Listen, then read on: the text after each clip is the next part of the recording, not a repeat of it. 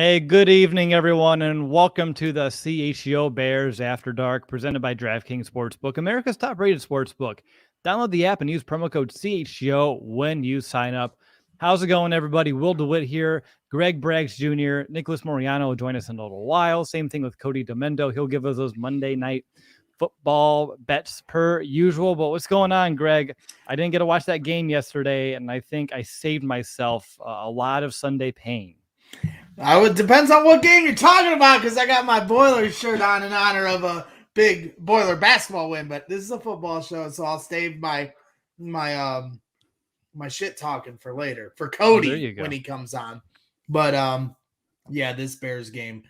Oh boy, you got to be a true diehard, right? And that's what we are, right? We got the diehards program here at CHGO, and that's what we are, and we're gonna stick through it for the rest of the year, no matter how these games are. But it certainly shows you how much more fun it is when you have a franchise quarterback like Justin Fields to watch, and how, as I said on the post game yesterday, he's the rising tide that lifts all ships for this team. And, you know, when we're putting up 30 points a game and setting NFL records, all historic all-time records for quarterbacks, and having a chance to win in games that he plays when he's out, you see how much of a difference and how much talent deficiency the rest of this roster truly has.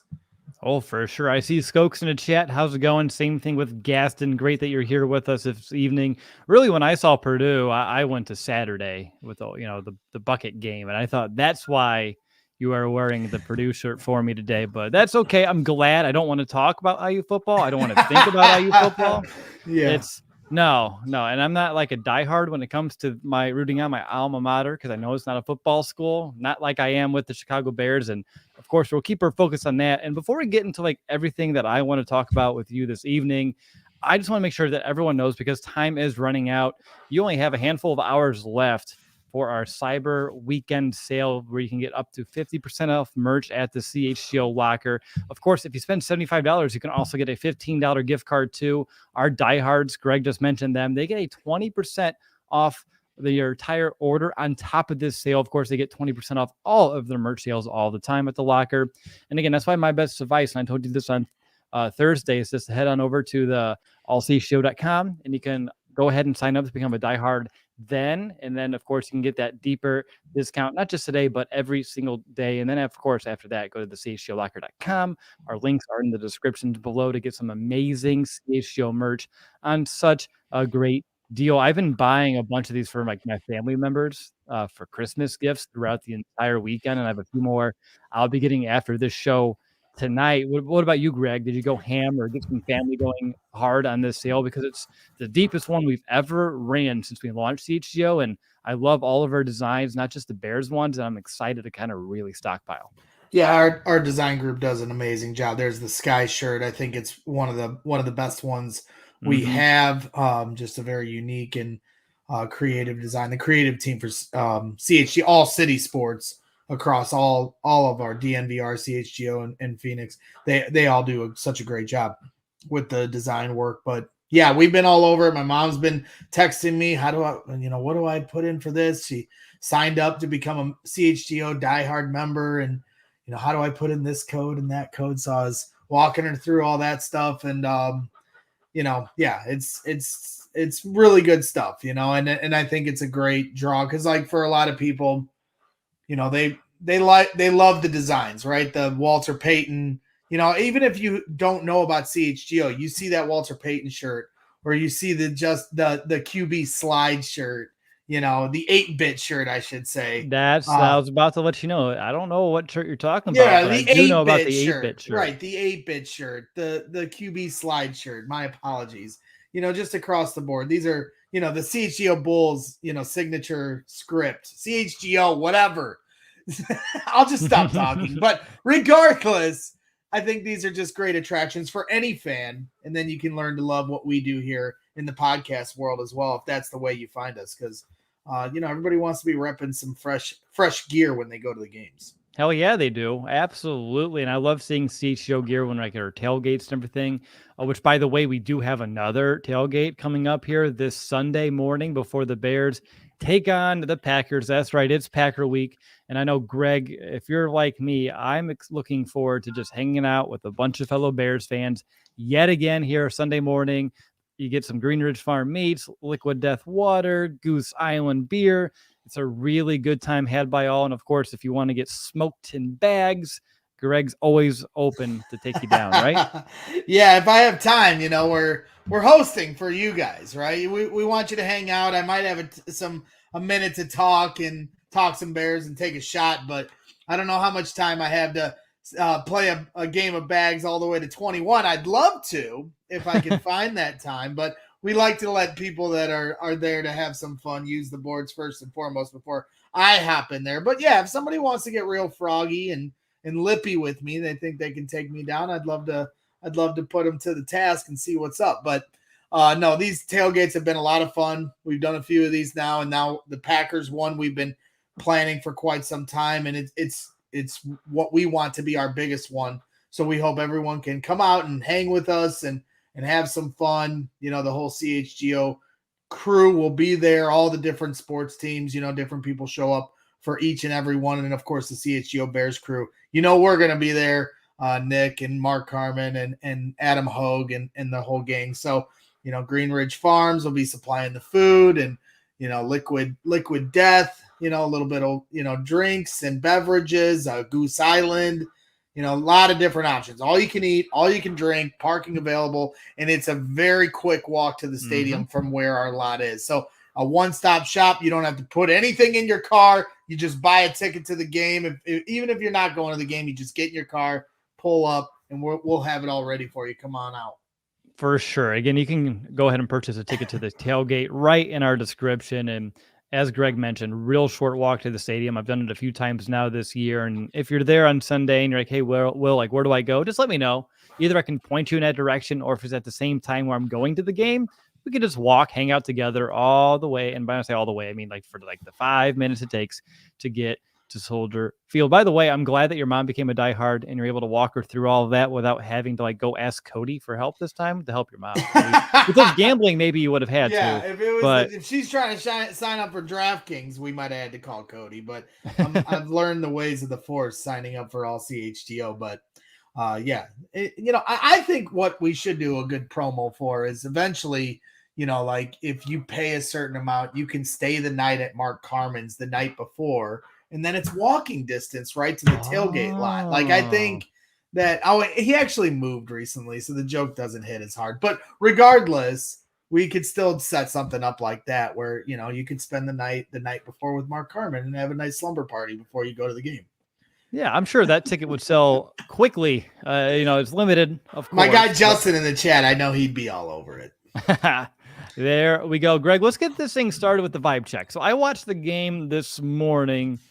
And boy, did I just quickly turn it to the condensed version of the game on NFL Plus, because I was not about sitting here for a couple of hours to watch that debacle of a game kind of unfold. And yeah, I don't know. I'm not pissed off about the game. Really, I'm not upset about how it all kind of shook down. It was just another disappointing day, and just to watch Mike White and Garrett Wilson go off. And I warned people into Thursday. I keep saying Thursday, but we did it Friday last week with the holiday. This throws me off. Yeah. But I warned everybody, like, hey, Garrett Wilson is a problem, and the Bears need to have an answer. And they were unable to do that.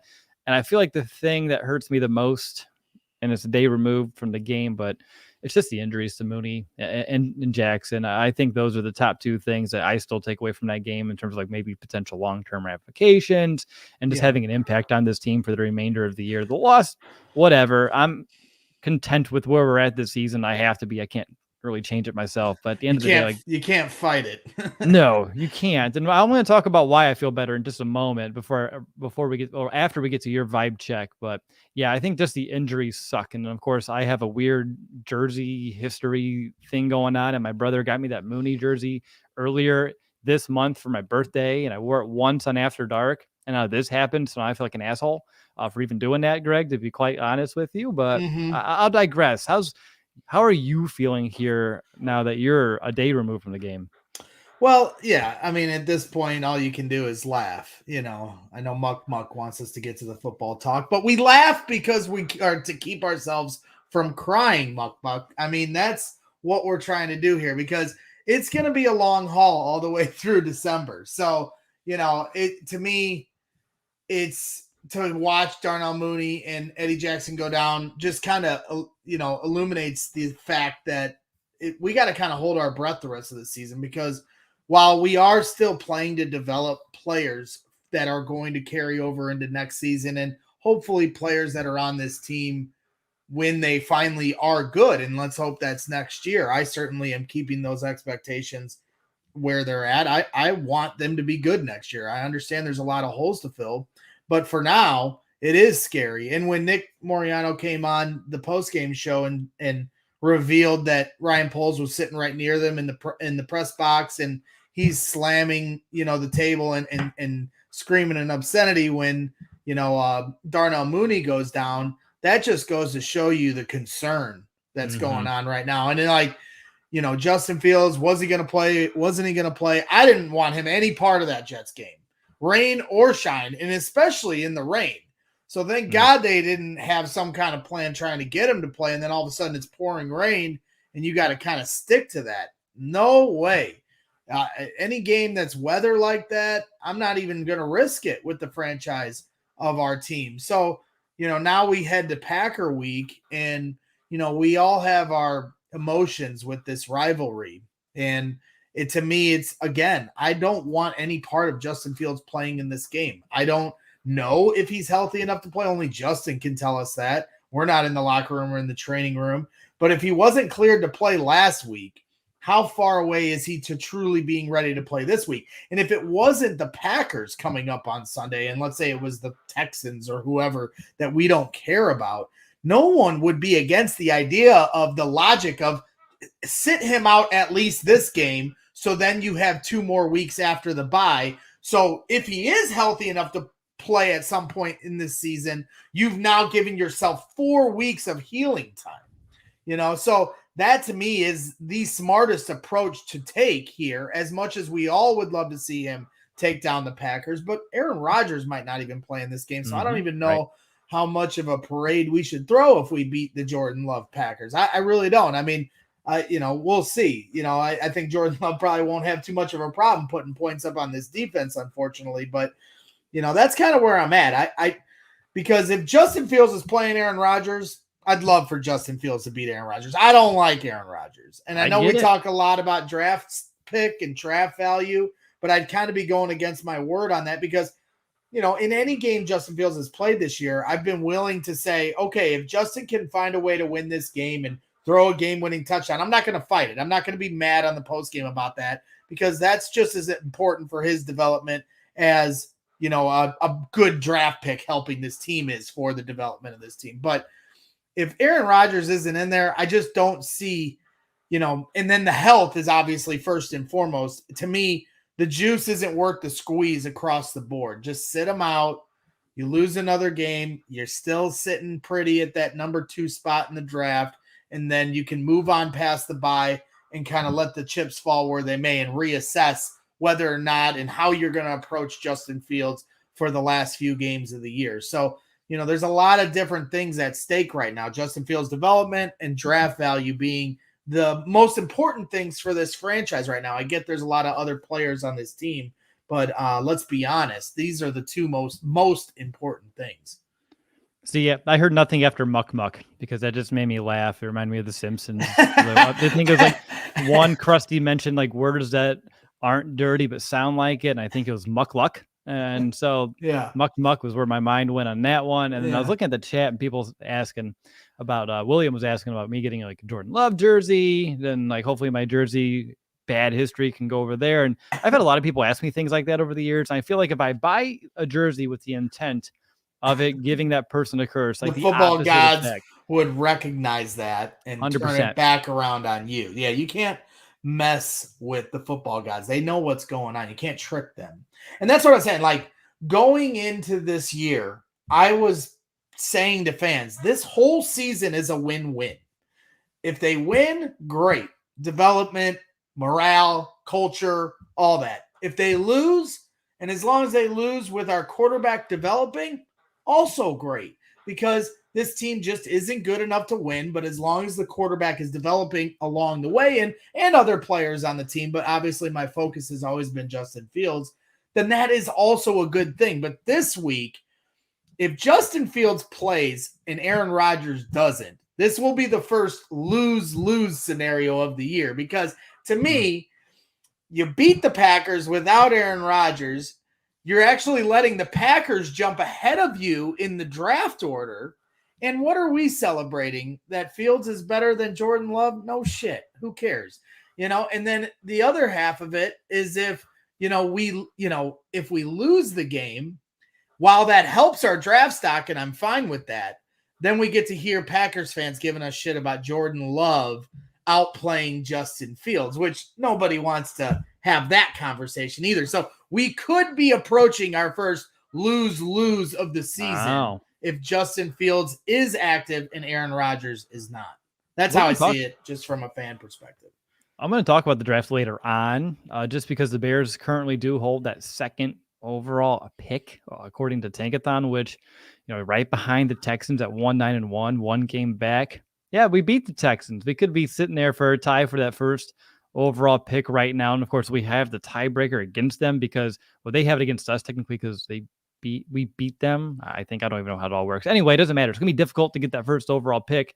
But looking at like the teams that we play, they're 35-21. The Packers, Eagles, Bills, Lions, and Vikings. That's the best overall team in the league when it comes to record in Eagles, and 3 teams that we've already lost to, and the second best team in the AFC. Tough end of the schedule for the Bears. And then the Texans have the Browns, Cowboys, Chiefs, Titans, Jags, Colts, which their combined record 36-29-1. Still tough, but slightly easier than what the Bears have in front of them now. But I have some interesting thoughts on this. And you kept saying draft pick. And I agree with you. Like, I like myself, like where the Bears are at this stage of the season, like having a top 3 pick. I think I can call that like a consolation prize when it's all said and done, but it can turn into like multiple draft picks. Like, it doesn't have to be one player coming from the season. You trade back and you have a top 2 pick. You can get quite a haul back. And I have some notes about this for another segment later in the show, but that's why at the end of the day, I can live with a loss to the Jets. Now, the Packers, like you, Greg, something in my heart, like I never want to lose to Green Bay, but when I just look at like the draft status, it does ease the pain a little bit. But let's get Cody on here because we have this Monday night game kicking off here soon. I want to win some money. What's going on, Papa Smurf? What's going on, guys? What's up? Sorry. Thank you. I'll save it for tomorrow. Greg is on he is full meatball mode right now after the Boilermakers over the weekend beating Gonzaga and Duke. Okay. Congratulations. I'll shut up. Go ahead. Make some people their money. I'll shut up. Okay, so tonight, this game, oh man, guys, every week I come on here and I'm like, this game stinks. Okay. this game also stinks. But I'm staying away from the total of tonight. It's 39.5. After taking the under yesterday in Bears Jets and then watching it and it going over with those 2 quarterbacks and those 2 are in those weather conditions, I don't know if I can take an under again this year. Like that, I don't know how that happened. But the total is 39.5, and I don't like it. I'm just gonna stay away. But I do think the Steelers win outright tonight. I like the Steelers tonight. Mike Tomlin as an underdog against the spread is very, very good. He's got I was reading a stat today after week 5, which I don't know how much that matters. I think it's more meaningful in the sense of his teams have historically gotten better as the season goes along. But his against the spread, it's like 37-14 as an underdog against the spread after week 5 in his career, something like that.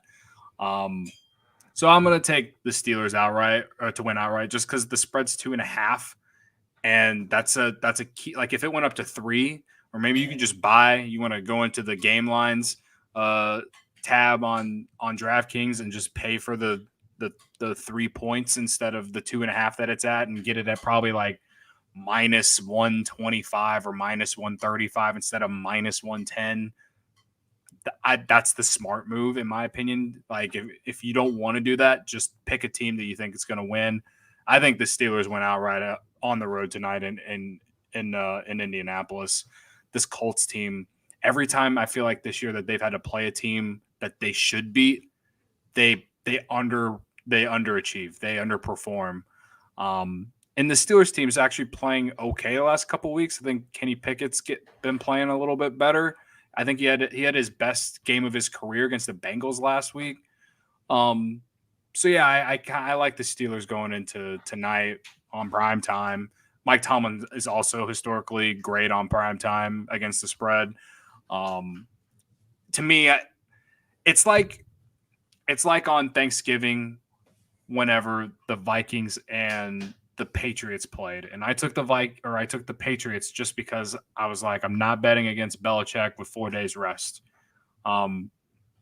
This is a Monday night game, so Tomlin's actually had extra days to prepare for this, and I just think Tomlin is I feel like no one talks about him as a coach. Like year in and year out, the guy just finds a way to win games. And I know this year is kind of like a rebuild year for them, and they're not going to make the playoffs, but like, there have been years where this team, the Steelers, have just magically made the playoffs with nothing as their quarterback, for instance. And now they have a guy who I think is up and coming and, someone that they believe in. And they have decent weapons around him even after trading Chase Claypool.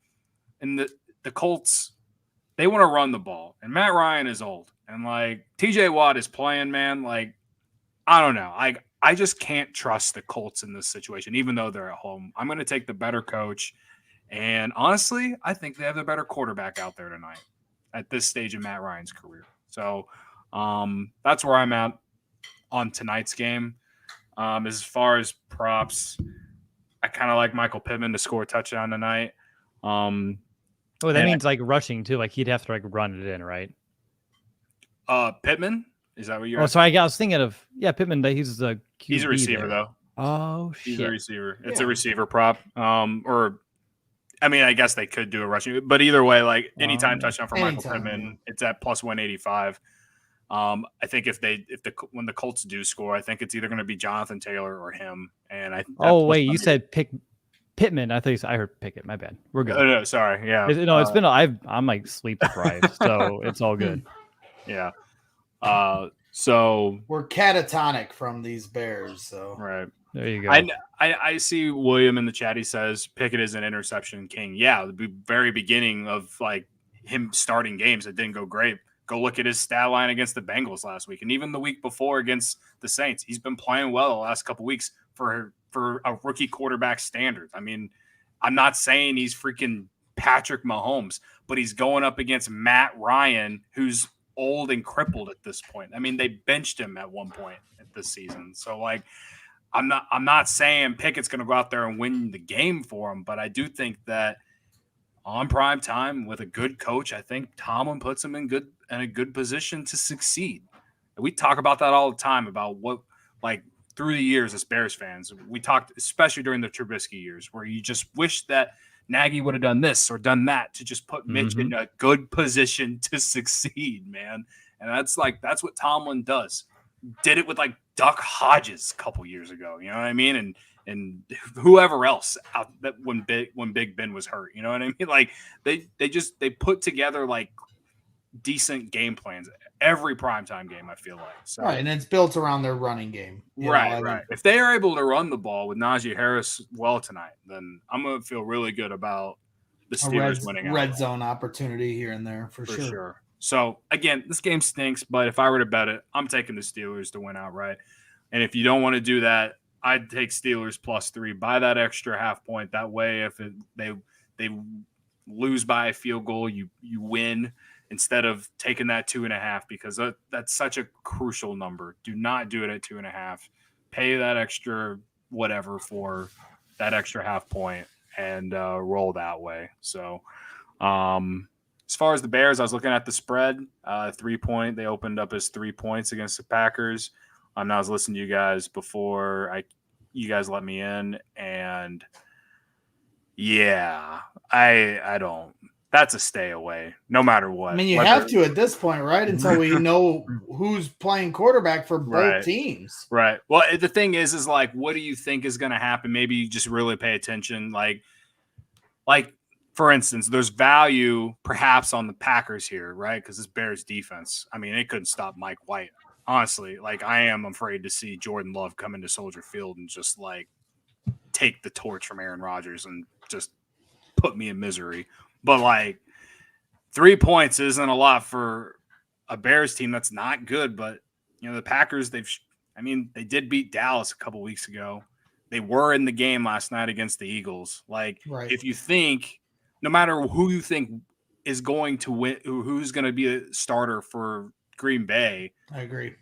I think that 3 points is really low when that offense is going up against the Bears, and Aaron Jones destroyed them in Green Bay week 2. And now this defense doesn't have Roquan Smith or Robert Quinn. Or maybe, we'll see on Jaquan Brisker and Kyler Gordon. The depth. Even beyond those 3 points seems like so small. Like, if I honestly, like, talking through it now, I kind of want to go ahead and just bet the Packers, because there's no way that Bears defense is going to be able to stop at least their run game. Like, maybe the Bears can hang around. I agree. With their Jordan Love, he had was moving the ball a little bit against the Eagles, almost made it a game. It was an easy throw. You're playing prevent defense, but right. It is an easy throw to Christian Watson, but at the same time, the Eagles defense is much better than the Bears. He throws one over wide receivers have been wide open all year, especially these last few games. You can see Christian Watson having just as good of a game as, our guy from the Jets, Wilson. Yeah, Garrett Wilson. I have him on my fantasy team out. Could have a very similar day, regardless of who the Bears quarterback is. I agree. Yeah. Like, what I'm saying is, if you wanted to bet it now, and if you want the value on that game now, I would say take the Packers at 3, because if it is announced that Aaron Rodgers is going to play and Fields is going to sit, that spread's going to skyrocket in the Packers' direction. So if you get them at 3 now, then later in the week it's announced, and that probably, I wouldn't be surprised if it moved to like 7 points. You know what I mean? Like, then I feel like you're getting insane value at the 3 points now than you are later in the week when the spread probably skyrockets. So that's just my 2 cents right now. I ain't touching it just because you don't know. And my fanhood is in the way too. Like, I want, as much as like I know that they shouldn't play Fields, I want Fields to play, and I want Rodgers to play, and then I want Fields to finally put him like to put him in his casket and make him retire. Like, that's what I want. I need get Corey Wooten out there, kill another quarterback. Bring back Shea I can't say his name, McClellan, and let him do the job one more time. You know what I mean? Like, I don't care. Like, that's just me being a fan. But for gambling reasons, I would say take the Packers, because I don't think it matters who the quarterback. They're probably just going to run the ball. And again, Aaron Jones had a huge game against them in week 2. So it doesn't matter what you do against the Bears defense. You will find success pretty easy. I would love, like you said, to just kind of put to rest Rodgers' career. And I love the casket analogy. I was just hoping like he wouldn't pull like an Undertaker on us like next year, right? Like, I'm done. Right? Nope, I'm not. And then just goes on a tear. Like, for some reason, I can see that one happening, Cody. But I like the way your mind's thinking. Yeah, no, it's again, that sometimes you got to like kind of try and think ahead of what could happen. Now, if Jordan Love plays and Justin Fields plays, then I feel like the spread isn't going to move any at all. And so then you're not really getting any value, and you probably could cash out if you wanted to and get your money back. But again, I just don't see that happening in my opinion. It's kind of like what Greg was saying. Like, that sounds like lose-lose. I don't want to see Fields versus Jordan Love personally. No, it's terrible. Yeah. So it's a terrible proposition. Yeah.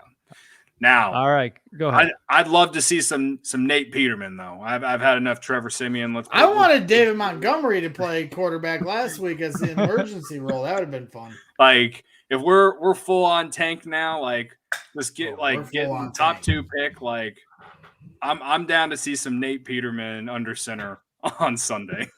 It would just make so much sense why we signed him in the first place. If we actually got to that point where they need to start Peterman, it's like, oh, you guys were planning on tanking the entire time. And then place a bet on the Packers defense to score a touchdown.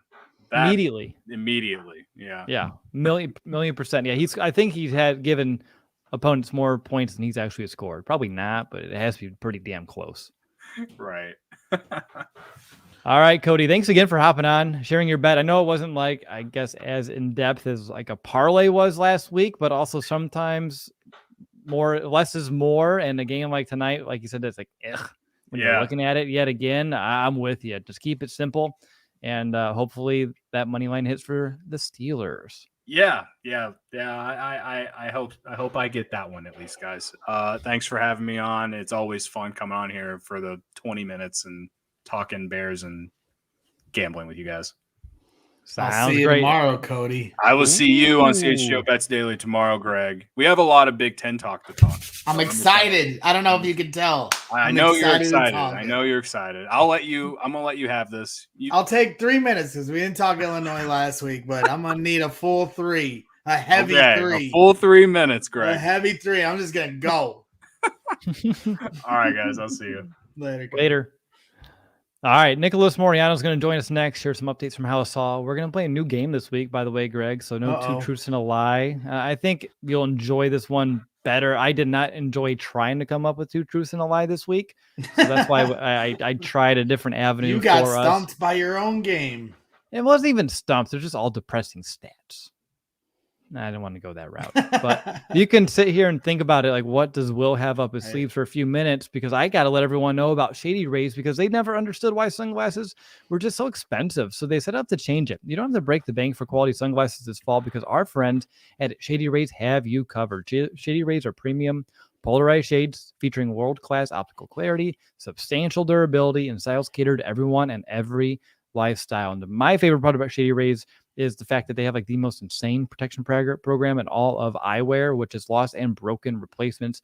If you lose or break your shades on day 1, 10, 100, they told us that they will send you a brand new pair, no questions asked. I've actually partook in this program personally and can vouch for it. Super seamless way to get a brand new pair of shades. Literally no questions asked.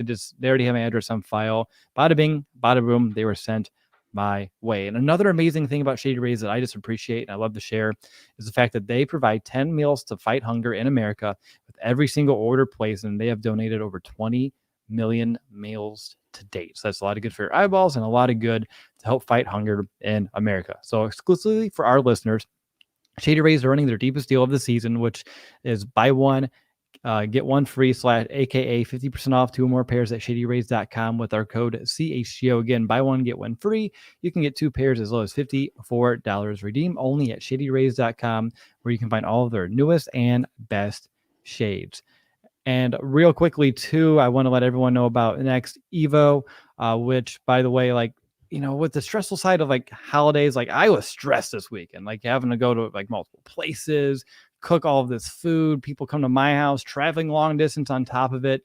Like, whole buddy was I just stressed out. And of course, I didn't have to go like and do anything in airports or shopping malls or anything of that nature, but you can give yourself the ultimate gift of stress-free holiday with Next Evo's Naturals fast-absorbing CBD products. Next Evo's Stress CBD Complex gummies are clinically proven to have 4 times better absorption than standard CBD, and no other CBD brand can promise that. I personally wish I had some of that this weekend. Regular CBD oil works more slowly because of how our bodies process oil-based ingredients compared to like water-soluble supplements, and regular CBD only achieves 2 to 10% absorption, so over 90% of what you think you're getting actually goes to waste. But Smart Sorbs upgrade CBD's natural absorption power. It is scientifically proven to deliver more CBD fast, the only brand clinically proven to deliver 30 times better absorption in the first 30 minutes. So to get smarter CBD from Next Evo Naturals and get up to 25% off subscription orders of $40 or more at nextevo.com/podcast, promo code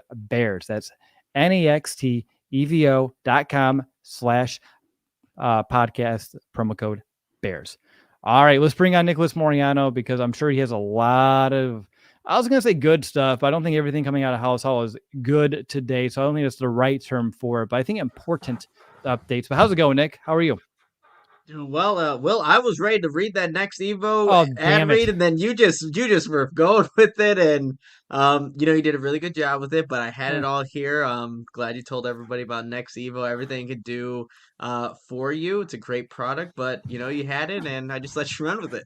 Nick It was one getting of those. territorial. I like this. I think he was actually appreciative and letting me know he was prepared, which I appreciate. We didn't like talk right before we went live, and I was like, I don't know if Nick saw that I put he or I for it, and just in case I wasn't going to throw you on the spot, only Greg and Cornhole reads will I do that sort of thing on this show. But thank you. I appreciate it. I started doing a read and I noticed, oh crap, that one's expired. I need to find the next Yep. one on the list, and was scrolling really fast, but I made it work. But anyway, I'm glad you're here. Let's talk some Bears and let's talk about what came out of Hallis Hall today. And I think priority number one, what I saw from you was some big news about number 11. Yeah, we're just honestly going to start with an injury update, you guys, Let's from bring what it. happened Yeah. at House Hall. Matty Eberflus shed some light on Darnell Mooney, number 11, like you were just mentioning, Will. Likely to have surgery and is going to be done for the season on IR. And it's obviously disappointing because kind of how it happened, right? He was just blocking for David Montgomery, gets rolled up on, and needed assistance coming off the field, but he's going to be missed, you guys. Like we heard from Cole Kmet today, from the players on Sunday in the locker room. That's a guy that you want to have around in your locker room, and that's what Matty Reflu said. Even though his season is over with the injury, that he still wants him around because of the positive presence that Darnell Mooney does bring to his team. He's obviously a great player, but also just the person that he is. Cole Kmet really talked about that in his press conference, but he will be on IR. His season's going to be over, and it's unfortunate because possibly, and I know I was seeing some comments in here about Justin Fields, whether or not they should play him, what's going to be the how they're going to handle this moving forward. Eberflus said he is still day to day, but if he's ready to go, and here's a direct quote: if he's ready to go 100%, like I said last week, to protect himself and play the way he does and performing the way he does, and the doctors clear him, Ryan and I say he looks good and feels good about it, then it's a green light. And I do believe that when Matt Eberflus does say those comments about Justin Fields, and it was a game time decision for him to play in that Jets game. He just didn't feel like he could protect himself and was ready enough to play there. But after, a couple more days of just getting, treatment, and obviously Wednesday is going to be a big day to see how Fields is trending. If he's going in that right direction, I know we might want to see David Montgomery play some quarterback. Maybe Cody wants to see Nate Peterman, but personally, I know Will and I are going to be at Soldier Field for this game. I wouldn't mind seeing Justin Fields if he is good to go. No, nope. See, I'm in the opposite end of the spectrum. You don't have Darnell Mooney. You don't have a right tackle right now. Even if he can protect himself, I don't know if the Bears can protect him. And at that end of the day, like there's actually a really good, there it is, this comment that came up from Michael about like Michael Jordan, who broke his foot year 2 in the league. And there's like a 10% chance he could hurt it and destroy like that career, but they took it easy, allowed him to heal up, come back. Like, again, like that's a really good example of being patient and allowing the person to completely heal and not potentially risking further injury. I'm still going to be at the don't you dare do it. We can reconvene on Thursday, Nick, but no. I'm not saying that it's the right move. It's just personally, if we get all right, listen here, you selfish fan or you selfish media man. Okay, we are looking out for what's best. He needs to say the bye week is after this game. Mm-hmm, so true. If it wasn't Green Bay, we'd all be in unison saying just wait until after the bye. Then it's given itself 4 weeks plus, probably if you count up all the exact amount of days of healing time. If he can play to finish the season, fine. But you have a bye week now, and the other part of it is if they're putting up 40 points on the Bears defense, Mike White can put up 30 plus and 3 touchdowns and all that. Justin Fields is going to kill himself trying to get 41 points on a team that he can't get the 41 points for. So we talk about protecting him, but that's not the mentality Justin Fields plays with.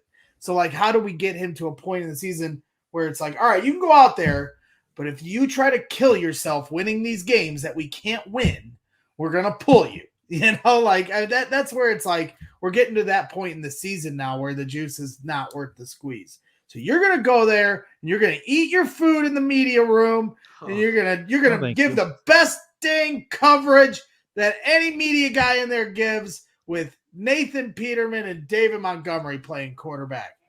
And you're going to like it. So be next it. So year be we're going to be great. Hey, you know, if that's how it has to play out on Sunday, then so be it. But I do think it was interesting, right at the last part of what Eberflus was talking about there. He said, if Ryan and I say he looks good, if one says he does and one says he doesn't, I mean, you know, I would think Ryan balances. All right. Yeah, I would think Ryan Poles kind of gets the upper hand on, you know, the decision of what ends up happening here. But we'll see. Wednesday's going to be a big day in terms of what Justin Fields' status is moving forward. Then really quickly, I know someone commented about Eddie Jackson. No new news about his injury that he sustained in the game against the Jets. And right now, Matt Eberflus, and I kind of believe him when he says this. He doesn't know if it's season ending at this point. So, you know, those are like the big ones. But there are also a bunch of smaller injuries that happened throughout the course of this game, you guys. Like Chase Claypool had to come out of the game. He didn't have his helmet, didn't finish the game. And Equanimous St. Brown also came out at some point. He did say, Matty Eberflus said those two receivers are day-to-day. So, you know, with Darnell Mooney going down, you need some people to throw the ball to, but looks like those guys are at least in a, you know, better health status than obviously Darnell Mooney and Eddie Jackson. Also, Larry Borum injured. He actually injured his ankle during the game. The Bears did not announce that, disclose that information while the game was going on, but he has an ankle injury. And then Matty Eberflus was asked, well, would Tevin Jenkins move back out to tackle if, you know, he can't go, Riley Reif's not good? Basically, how Eberflus was saying it, they like where Tevin Jenkins is at right guard, so that wouldn't be the move if, you know, they're just looking for bodies to technically play the right tackle position. But that's really like the injury update. It was a long list, and unfortunate. That's how, you know, the day at Hell Hall had to start. Just a long list of injuries and getting the status of a bunch of different Bears players. So in this game on Sunday, I felt like we saw Velus Jones out there a little more, you know, a few more snaps. Chase Claypool, same thing. Now Darnell Mooney is out. How much of a lift of snaps do you anticipate Velus Jones getting? Would he be the guy to take the role of trying to stretch the field? I know Pettis will be probably what Darnell Mooney, because that's what they did immediately in the game. But I just feel like they need that guy to stretch the field to help get the eyes up, get the defensive eyes off of Claypool for a minute to see if we can keep building his chemistry up. Because now I'm so worried that Mooney's out that this is going to be a lost building period for Chase Claypool. Yeah, Greg, I think too, like that, I think they need to start exploring that option with Velus Jones Jr. because I think you're still seeing him go more east and west than he is north and south on some of these routes. And he was drafted, you know, to be, a return man, but also a wide receiver. He needs to stretch the field vertically. So with a guy like Mooney out who does so much for this Bears offense, why not give, a guy like Velus Jones Jr. an opportunity to actually stretch the field vertically? And, you mentioned Dante Pettis. There was also a small little, I guess, reveal from Eberflus there. He said before the game, he almost didn't play. He was actually throwing up before the game and then, eventually got himself good enough to play. And, Eberflus asked him, can you return punts? He said, yes. So there was just a lot of weird things going on at MetLife Stadium. Like right after I left that, concluded my coverage there, I'm like, the Bears just need to stay away from MetLife for, the next couple of seasons because bad things just happen here in terms of injuries, losses, how things have played out just the past 2 times they played there. So, yeah, MetLife and the Bears is just not a good combination. Doesn't seem like it. Nope. Nope. Anything else from other than injury news that we should know about, Nick? Yeah, just real quickly, Cole Kmet, like I mentioned earlier, he did also talk to the media. He was asked about the struggles of a losing season, and since he's been with the Bears, that's kind of what he's been used to, right? But he said like some of the important things that when you're going through some of these things, like you have to stick to your routines, but you really still have to put good stuff out there on tape for what your coaches are expecting of you. And then this has been a common message throughout the entire locker room, I would say, especially in this losing streak, but it's about pride. Like with these losses kind of mounting, the injuries mounting, each individual player needs to look at themselves in a mirror and just see what if they have pride, really, honestly, and how they kind of carry themselves, how they execute things. And that's kind of the big message that a lot of these players are embodying right now as they're kind of still in this losing streak. And, hopefully are looking to try to break that against the Green Bay Packers. And for Cole Kmet, that's a big deal to him, obviously being a local kid. And he said, like, it doesn't matter what the record is. And, Bears and Packers are kind of in a similar boat right now on the outside looking in. But he said when these two teams play, it really doesn't matter. The rivalry is always going to be there. And he does want Aaron Rodgers to play. He said, anytime you got an opportunity to beat a guy like that, you have to take that opportunity to take down the staple of their franchise, what Cole Kmet described him as. So yeah, that's what Cole Kmet had to say. And on Mooney real quickly, just echoed like he's such a great guy. You could feel his presence obviously when he's on the field, but more so when it's off. You're missing that just the person that he is, and obviously the player. And he said because he is going to have some more downtime, he recommended the show Yellowstone. I haven't seen it personally. I've only heard good things about it, but he's like, Same. he recommended that to Darnell, and he'll obviously have some more time to watch some more TV shows. I'm sure he was thrilled. And like the kind of person that Mooney is too, that's always grinding and working on perfecting his craft. Like this is going to eat at him because he's always on the move, always putting in extra hours. And I mean, he's going to do a lot of mental reps, a lot of that kind of preparation, but having to go into rehab mode, I don't think is going to bode well for Mooney in terms of like his psyche, but I bet you he comes back hungrier. And I think that's going to be a good thing for the Bears come next season, but it's still disappointing how that season had to end for Darnell. Anything else, Nick, before we go on to the game of the night? Just kind of looking. Oh, really quickly, DeAndre Houston Carson also spoke, and that field that at MetLife, there's been a lot of talk about it amongst the NFL, other teams, that when they go there, it's just not the best playing surface. So DeAndre Houston Carson's usually one of the first players out on the field. He said when he was warming up, his joints were actually feeling achy as he was making breaks pregame.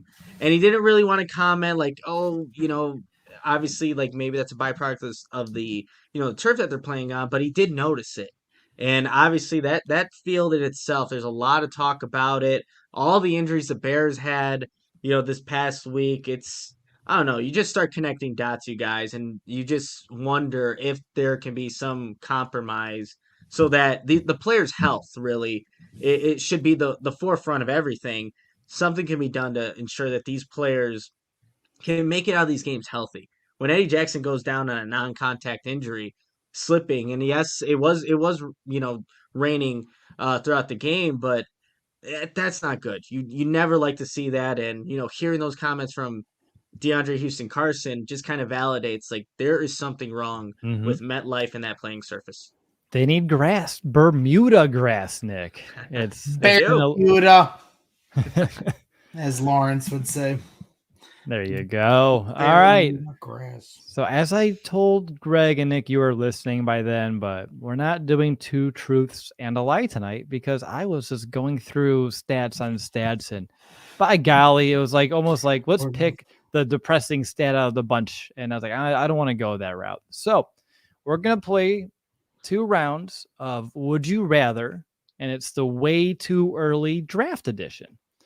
I wanted to kind of do like the love connection and like, like Bachelor number 1, 2, and 3. And you ask me questions and I give you some things. I'm going to work on that. That's an off-season segment that I'm excited to do. And I already have some ideas, but we're going to do something similar. I'm going to give you 3 players. And I'm just going to give you some vitals about them, some stats, some information. And you're going to tell me who you draft. And for the first game or first round of this game, It's going to say the Bears hold a top 3 pick. Okay, so the Bears are holding a top 3 pick. You tell me who you would draft out of the bunch. And I went defense for all 3 of these, just looking at mock drafts and big boards and how the boards seem to be falling as of right now. Obviously, we have like a half year. Things will definitely change. But as of today, here we go. You have option A, who is a 6'3", 310-pound defensive lineman who plays in the SEC, who's known for his power, his strength, a hot motor, dominance in the middle. He has 62 tackles, 13.5 tackles for a loss, 5 sacks, and 2 forced fumbles in his last 5 games. I feel like you guys should have pen and paper for this. You have number 2. He's a 6'4", 235 edge defender from the SEC, known for being unblockable, deadly strength, explosiveness combination, and he also was 5th in Heisman voting last year. So maybe that one was a clear dead giveaway of who it was. 152 total tackles, 48 tackles for loss, 27.5 sacks over his last 23 games in college. Wow. Or, I know, right? Option 3, a 6'6", 275 edge player from the Big 12, who's known for being physically dominant and a versatile player, meaning he can play in multiple positions up front. He has 99 tackles, 27.5 for loss, 14 sacks, and 1 forced fumble in his last 23. So if you're on the board, you're Ryan Poles, and you're bolstering the Bears defense, A, B, or C. And you guys don't have to agree. You can give me different options. But I don't care who wants to just go first. If you have a gut feeling and conviction, yell it out. So I think the first one's Jalen Carter, if I'm not mistaken. Correct? Ooh, yeah. Right? Congratulations. Yeah. Ooh, I did it. Yeah, no, if you have an opportunity to draft a guy like that on the interior of this Bears defense, where I think the Bears are just lacking, and Justin Jones has been fine, but man, like that's the position the Bears wanted to upgrade, right? That interior defensive lineman disruptor, but look, you can't really go wrong when you have Jalen Carter and then also Will Anderson, right? Maybe. I don't know. You tell me, A, B, or C. I'm going I'm going to play the game the way it's meant to be played. And Thank you. while we all knew the first guy was Jalen Carter because of the poundage on the first yes. on contestant number 1, contestant number 2, if you're just going off of the stats and who you were going to take, you're not passing on a guy with 50 sacks just on its surface. Like, we understand 27.5 sacks. Oh, 48 tackles for loss. So that's still. I thought you said 47. I thought you said 47. That's when I said, wow. So I was like, what did you just say? Okay, 27.5 sacks. That makes a lot more sense. Because if I thought you said 47, I was like, what in the hell has happened over there? Because I was assuming that was Anderson. But regardless, those are the best numbers. The sack totals. You want a game changer, a game wrecker, a guy that gets to the quarterback. You're taking the sacks. So you're taking contestant B for his good looks and his charm. I was going to say in his sack total. Total. So you're taking 2. Not his sacks. Nick, you're going 1 or A? Yeah, I'll go A. Oh, all right, so you're taking Jalen Carter. Way to go. No Mr. Know-It-All. And then Greg drafted Will Anderson Jr. out of Alabama, which, not had the same dominant year that he had last year so far this season, but still a very good edge defender. Who was the third guy? Tyree Wilson was the third guy out of Texas Tech. It'd be interesting because Corey Wooten, and I trust his opinion on this for sure, he really likes Will Anderson to the Bears. That's who he wants to see the Bears take. But a lot of the people that I follow on Twitter that seem to know a thing or two about the game, they think he's not a good fit for this defense. So, that too. My guy Michael Gus, I always enjoy his thoughts and posts and threads and stuff that he talks about. He goes pretty in depth with it. He thinks he's a bad fit, which I think is interesting because, like I said, the numbers don't lie. You want the guy that, especially on the edge, we all understand they need a D-tackle. They need everything. Yes, so who's going to be the best, but I guess you also have to take into account the defense, that they're playing in. So I'd love to hear Corey's assessment on the fit for Jalen Carter and Will Anderson, and a good argument for that either way. You know we're gonna have that this offseason. Plenty of time to get into all of that content. Like, let's not get ahead of ourselves. Already that'll be asked every day for the next 150 days leading up to this draft. 100%. All right, real quickly, round 2. You have a choice between option A, which is keeping your same answer, or you can do this instead. You can have an offensive tackle who is 6'4", 315, who is the top offensive lineman prospect on many, many boards. I was checking this afternoon, known for his length, mobility, and power, being position flexible as well. And a 6'3", 206 wide receiver from the American Athletic, known for his size and athleticism blend, obviously size 6'3", and his athleticism blend, his yards after the catch ability, and just his consistency through college. 160 catches, 2,075 receiving yards, 19 touchdowns in his last 24 games, plus a 3rd-round pick this year, plus a 2024 first-round pick. What do you do? It's a lot. I know, but I was using the San Francisco model when they traded up for Trey Lance and what they gave away with the 2nd overall pick.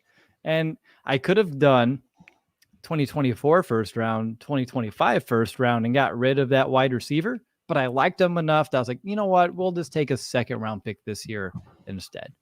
So that's how I got where I'm at. Well, I want the Bears to trade back. So I'm taking the trade back, and then I'm taking, because I'm greedy, and I want another wide receiver on this team. So then I'm taking the 6'3" wide receiver to fill out that room with Darnell Mooney, Chase Claypool. Now we're rocking and rolling. Cole Kmet. We have extra picks to attack other needs. I'm going there. You gonna stick with Jalen Carter, Nick? Is he that generational of a talent in your eyes? As of now, we have a long time to start scouting. Oh man, and like, to be completely honest, I can't tell you that answer because I have a lot more homework to do on all these players, but I can't pass up, potentially 2 huge needs for this offense, and then having the additional draft capital and what Ryan Poles can then turn that into. We already saw how many moves he made in his first draft as a GM. So giving more ammunition to a guy that, knows how to use it, I think I'm going to have to go that route. And again, very early on the 28th of November, I'm going to take the 2nd option now and say adios to Carter. So, you guys traded in your picks, and you got Northwestern offensive tackle Peter Skoronski. Yeho for that, right? Local kid, staying in Chicago. Great. Then you got Rashee Rice from SMU, and then the 3rd-round pick and a 2024 first-round pick. That's not a bad haul. Yeah.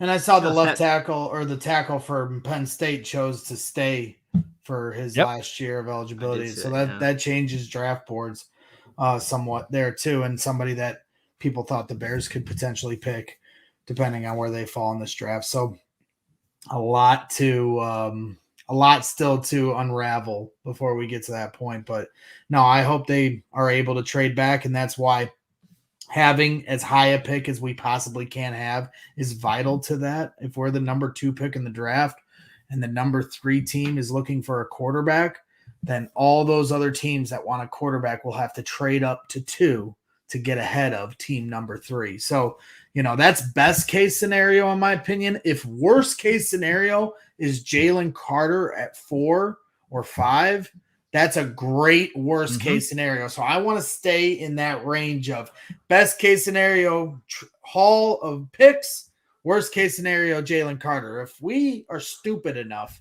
to win 2 games, like against the Packers this week because Rodgers isn't playing, and then the last week of the season against the Vikings because they're not playing their starters, I am going to literally destroy the CHGO studios. I'm going to be like a tornado last game, post-game show. I am going to literally be like the Tasmanian devil. I'm going to freak out about this. I literally am. I'm warning everyone. You can put this in the Slack chat, Greg. Watch out for Greg. Red alert. Greg red alert. Red alert. Red alert. No, I swear. You then send me to Hallis Hall and I'll do it there. But I swear on my life Do not let this happen. Let's be smart. That's all. Or Of course, you have vandalism people will that are happen. like live stream the tornado. Of course. Yeah, just Storm. put me out there, like, It could be you and I, Nick. pick We me could be the up, storm take me chasers. outside and say, okay, Yeah. Craig, go crazy. They go, do your Just thing. give me things outside to smash. They do have those like demolition rooms that you can go rent out and just smash a bunch of stuff. So let's put it there. If That'd be the fun to Bears go. are stupid enough to fall out of the top 5, we will rent whatever we have to go to this demolition room, and I will smash everything in that room. Sounds honestly like a lot of fun. Bring me Yes. along there with you. But I saw PZ ask, do we want to see what free agency brings for us? Yes, this is a hypothetical game in late November that just to hang out and honestly just do a thought exercise that I thought would be a lot of fun here this evening. But it's a good point, and don't worry. That's why the offseason's long, and we'll be talking about all of these scenarios for a couple of months. But we got to talk to our listeners about some, well, Greg actually has to do some talking about That's some right. cornhole. Or Yeah, guys, your Christmas tree better be up by now, right? My Christmas tree is up. We got the ornaments hung. We're ready to put presents under the tree. And I'll tell you the best present you can put next to this tree, and that is ShyTown Custom Cornhole, the #1 cornhole provider for Chicagoland and Illinois since 2007. Their signature box-style design can be digitally printed, covered in vinyl, and painted. Their cornhole boards come with built-in drink holders, recessed in on the back, LEDs that light up the hole and exterior, handles for easy carrying, and handcrafted scorekeepers. They've thought of it all. Veteran-owned and operated.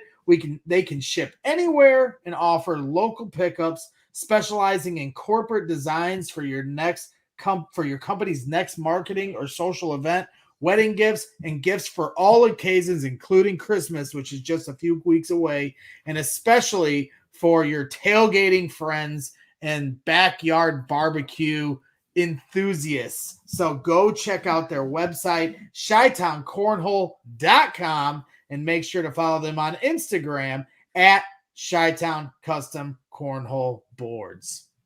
well done. Fantastic. Well done. Fantastic. Every week it's exponential growth. It's kind of like watching Justin Fields rise. It's like that watching we a all got to newborn watch. baby growing go. before our eyes. Cool. All right, real quickly, before we talk about Chase Claypool, I want to let everyone know that DraftKings Sportsbook, an official sports betting partner of the NFL, is my go-to when betting on the NFL this holiday season. I just love their same-game parlays, those easy and fast payouts. I won actually my same-game parlay, one of them on Thanksgiving, had my payout literally like the next day. And right now, new customers can just bet $5 on any NFL team to win their game and get $150 in free bets if they do. So check this out right now. Everyone can earn up to 100% boost with DraftKings stepped up same game parlays. Go to DraftKings Sportsbook app, place a same game parlay, and combine multiple bets like which team will win, player props, point totals, and more. The more legs you add, the bigger the boost, the bigger your shot to win big. And of course, I love using the app. It's super simple. I don't have to call Cody up and ask for like technical support as I'm going through it. It's a seamless, easy app. And of course, as we mentioned, Cody gave you the Steelers in a money line tonight, and maybe stay away from that Bears game. But real quickly, you can download the DraftKings Sportsbook app right now. Use code CHGO, place a $5 bet on any NFL team to win their game, and get $150 in free bets if you do. That's like enough free money to just do parlays for the rest of the football season. Only at DraftKings Sportsbook with code CHGO. Minimum age and eligibility restrictions apply. See show notes for details. All right, guys. So we have like one more thing to talk about this evening before we wrap up, and that's Chase Claypool. We were in our Monday morning meeting, and this topic was brought up as like, hey, this would be a good one to talk about. Chase Claypool, and is it too soon to just be frustrated and really just concerned about where he's at? And it kind of took me by surprise because I'm still, I'm Mr. Patience. I'm turning into Brandon Nick, apparently. I just realized that was his nickname years ago. But with like where the Bears are at, I'm just being ultra patient. And I understand that he only has 7 catches, 16 targets, and 83 yards in his 4 games. Yesterday, 2 catches, 55 yards and 5 targets. And when I look at the other 3 targets, they're all trash. They were not really good opportunities for him to actually go out there and make plays. But I understand that when you invest a second round pick in a player in the middle of the season. People are hoping for more immediate results. So I understand it, but I wanted to at least start this conversation with my mindset, which is like, I'm not worried whatsoever. I still feel like this upcoming offseason is a big one for him to work with Justin to build that chemistry, because he's still under contract next year on that rookie deal. And there's no reason not to be patient with a move like this, especially after you make the investment, as I just mentioned. But I want to know your guys' opinions before we sign off. Is it too soon for like serious concern? Should you let your foot off the gas on that, like talk yourself off the ledge a bit? Or, he is a pro. Has multiple years of experience.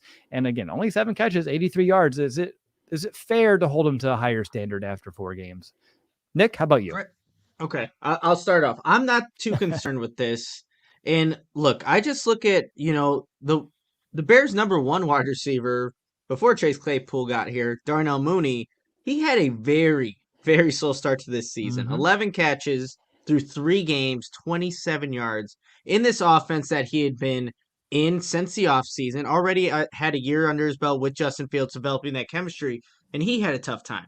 And obviously the rain game with the 49ers, you could however you want to view that, but it was still a tough go for him. And then he eventually started accumulating the yardage and, the productivity that you want to see. So for Chase Claypool, I was just trying to even think, who are some wide receivers that have been traded mid-season that have actually been productive?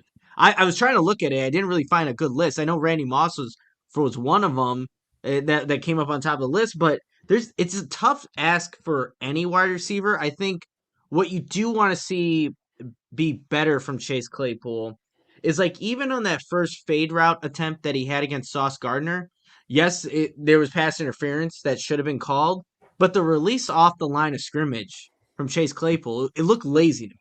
It just looked lazy. So you just want to see him take whatever he can control in a single play in a game, whatever it may be. You want to see him be that wide receiver. But the production being as slow as it is, having played a game with Trevor Siemian, obviously, a couple games with Justin Fields before he went down, it's not – I'm not going to say that I don't want to see more because I definitely do, but is it the most, surprising thing that he hasn't been as productive? I don't think so, you guys. And like you, I'm in the mode of waiting to kind of see what this can become when he has an off season. But you did want to see some sparks, some flash plays. Like Simeon, was able to throw a jump ball at him and he came down with it. That was a really good catch. Those are some of the opportunities that you want to see continue. If Fields does come back and play, you want to see those kind of opportunities happen more just frequently, because those are just, hey, win your one-on-one matchup, show that you're physically better than the man in front of you, make a play for this offense. If we could see that from Chase Claypool, I think that's a good sign. Like that play that he made against Sauce Gardner, that's a good sign. But yeah, the production isn't there, but I'm not too concerned where it's at. A 2nd-round draft pick, though, you do need to see something towards the end of the season at some point. Yeah, I mean, for me, we mentioned, I asked this question to Nick on the post game. How far do we let this excuse train roll? Because we're trying to be fair to the situation. We understand first 3 games, he's new to the team, new to the offense. There's the excuse train, all aboard, and then this last game, how do you make a fair assessment when Trevor Siemian's thrown 50-50 balls, one of which he caught and the second one in the end zone that should have gotten him at least a pass interference, at the very least in 1st and goal, and the one wasn't called.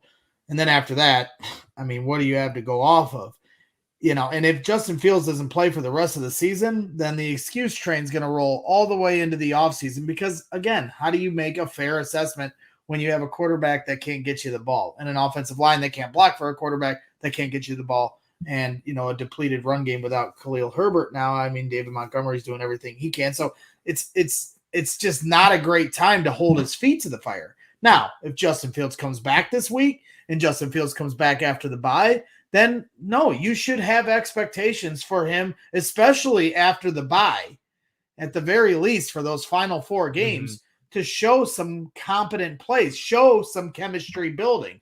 Nobody's asking for, 10 catches, 160 yards, but certainly taking steps in the right direction. That's part of the reason you trade him at the halfway point of the season, to get ahead of that developmental period that you're going to have to go through in the offseason, regardless of the stats. But to give Chase Claypool a little bit of credit, when he first came here, Darnell Mooney was struggling throughout this year to put up the numbers that he was putting up last year with Allen Robinson, side by side to him, to take some eyes off of Mooney. That opened things up, when for Mooney when Allen Robinson was there. Well, now Chase Claypool comes in for the Miami game, and Darnell Mooney's numbers were 7 for 8, 43 yards and a touchdown. Against the Lions, 4 catches, 4 catches on 4 targets, 57 yards. And against Atlanta, 4 catches on 5 targets for 29 yards and a touchdown. So the production started to go up for Mooney when Claypool entered the fold. I think there is a little bit of correlation there. They were putting up 30 points a game in the Miami, Detroit, Atlanta games when Justin Fields did play and Claypool was out there. So, while Claypool personally wasn't putting up the numbers, the offense was. And, while that's what happens when you have a lot of good players on your team. Somebody may not necessarily get the personal production, but as long as the team is putting up 30 points a game, you shouldn't be complaining about how it's getting done. So I'll give him that credit, but at some point, the rubber has to meet the road for his personal production and chemistry with Justin Fields. If Justin Fields isn't out there, then all we really can expect from him is to continue to learn the offense, less moments where we see him needing help getting lined up on the TV telecast. Those are the things that we're only going to be able to pull from, because I'm not going to expect him to have 100-yard, 150-yard performances and 2 touchdowns with Trevor frickin' Siemian or Nathan Peterman throwing him the ball. So we have to be realistic about this. So while I'd be totally fine with Justin Fields being shut down for the year, it's probably, just as important to have him back to build that chemistry with Chase Claypool too. You traded for Chase Claypool at the halfway point, more so to get ahead of the free agent market in the offseason and get ahead of having to make that decision in the draft. Now you're not beholden to, necessarily filling dire needs. You're checking a box that so desperately needed to be checked. They still should get another wide receiver, whether it's through free agency or draft, a game-changing wide receiver, by the way, but they still needed that particular piece. So getting ahead of the development and chemistry is key, but the real reason you brought him in is so you don't have to pay somebody an exorbitant amount of money in free agency. So, you got to kind of keep it all in perspective. Doesn't mean you shouldn't have expectations for him, but unless Justin Fields is out there, what kind of realistic expectations can you really have for the guy now? Exactly. And of course, you don't even know who will be available, and you're just going to overpay regardless. So I was just combing through real quickly, and luckily Greg's a little long-winded at times, so I had a lot of time to scour a little bit of time to scour all these trades that have happened at the wide receiver position over the years. And I found 2 mid-season, I'd say comparable trades where what teams gave up for receivers were pretty even. One was actually a 2nd-round pick, which was the Patriots trading for Mohamed Sanu in the midpoint of the season back in 2019. And Emmanuel Sanders got traded to the 49ers that same exact season about halfway through. So Emmanuel Sanders in his first 4 games in San Francisco had 16 catches, 194 yards, 2 touchdowns. And then Sanu had 17 catches, 122 yards, 1 touchdown. And neither of those blow what Claypool's done out of the water. And I want to add on top of that too, that their situations were totally different, because the 49ers that year, they were 13-3. They were, they won the NFC West. They had a really good year. I think they did pretty good stuff in the playoffs, if I remember correctly, that year. And same thing with the Patriots, who were on top of their division too that year. They finished 12-4. So these are 2 teams on entirely different, exactly, 2 winning teams, and they did not blow Chase Claypool's numbers. And you're playing with Tom Brady, and you're playing with Jimmy Garoppolo, who's playing at a higher level than in San Francisco. So again, I feel like it's easy to get really just upset with what Claypool's been unable to do so far in Chicago. But I think for all of our reasons that we've already mentioned, It's okay to be patient. It's okay to give them some understanding, bring out the blame train, whatever you need to do. Like it's fine. It's nothing that needs to be solved immediately. Although if he just went off for the rest of the year, all three of us would be like more than happy if that ends up being the case. But there's no reason to hit the panic button just yet. Any final thoughts, guys, before we sign off? I think we're good. You want to talk Boilers basketball? No, I'm kidding. I'm obsessed. We'll talk right about now. it once we get to conference play. We'll talk. Talk. I'm feeling pretty good about what the Hoosiers are doing on the court. We got all the Big Ten schools represented in the CHGO community. Yes, we do. On our team. So, you're Indiana. We got Iowa down there with Nick. Kevin is Wisconsin. We got a couple, a bunch of Northwestern losers on the team. So Illinois with Cody. So we're all represented. We should all go to the Big Ten tournament at the United Center. When we get there in early March. I think we should start planning that. Let's start planning that. That's a good idea. I like that's it. That's a really great idea. I'm just excited for Wednesday. We have North Carolina coming into town here at Assembly Hall, and that's going to just be a huge game here to have at home this early in the season. So now you got me thinking about. I got us talking. I found a way to talk. I'm sorry. I'll stop doing this. I'm just okay. Really that's how I started podcasting. I'm really excited. Assembly call, baby. Assembly call. Hey, Ryan Tonsoni, my guy, diehard Bears fan. That's right. Yes, he is the coach. All right. Real quickly before I go, you better, if you have not got yourself any merchandise at the CHGO locker between when we launched this sale on Friday through now, you literally just have a few hours left. 50% off merch, up to 50% off merch at the CHGO locker. Spend $75, get a $15 gift card too. If you're a diehard, you get 20% off on top of this amazing sale. Again, go to allchgo.com, become a diehard so you can take advantage of both the discount and the sale. It's my best advice. And of course, you get that discount as a diehard, not just today, but every single day. But go to chgolocker.com, links in the description, and just go get some amazing CHGO merch. Stock up for yourself, for some family, some friends. Heck, maybe you have a neighbor that's a huge Chicago sports fan. Bring it on. Hey, if you have a friend that's a Packers fan, get him a CHGO Bears shirt for Christmas. That's exactly what he needs. But definitely just check out this sale. It's an amazing one, and I just encourage you to take advantage of it because it's the best one that we've ever ran since we launched CHGO almost a year ago. But that's going to do it for us here this evening for the CHGO Bears After Dark. But Greg's stopping me because he wants to make sure people I also just want to give a shout out to our guys at CHGO Bulls. They're doing a pregame show right now. So if you're done here, hop on over to CHGO Bulls. They're talking Bulls basketball halfway through their pregame show. So make sure you go over there and show them some love. I'm sorry for always over talking everyone. It's okay. It's not. I think actually that was for teamwork, so that was acceptable. Exactly. You have to make it. See, that's good stuff there to make sure people don't leave the channel because we have a content literally rolling on most all day long, the entire day, which nobody does it like CHGO. You bet. And don't forget too, real quickly, tailgate this Sunday morning. Nick wasn't here earlier. Nick, you want to see everybody too, like we do, right? Oh yeah. I mean, Bears Packers, it's still a big game. Doesn't matter that the records are not where they need to be, but we're having a tailgate.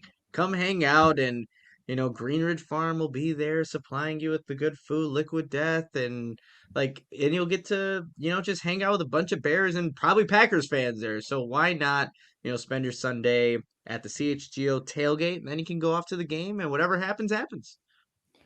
There you go. All right. Well, I will see you all on Thursday afternoon with Nick for our weekly game preview episode. Although I feel like we need to just figure out a new way to spend our Thursdays, Nick, because my God, it's getting rough getting a preview.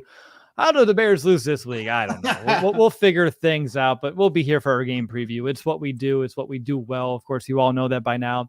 But until then, have a good rest of your Monday night. Enjoy that game that Cody is telling you about on screen. And if not, head over to the Bulls pregame show like Greg requested and bear down Chicago.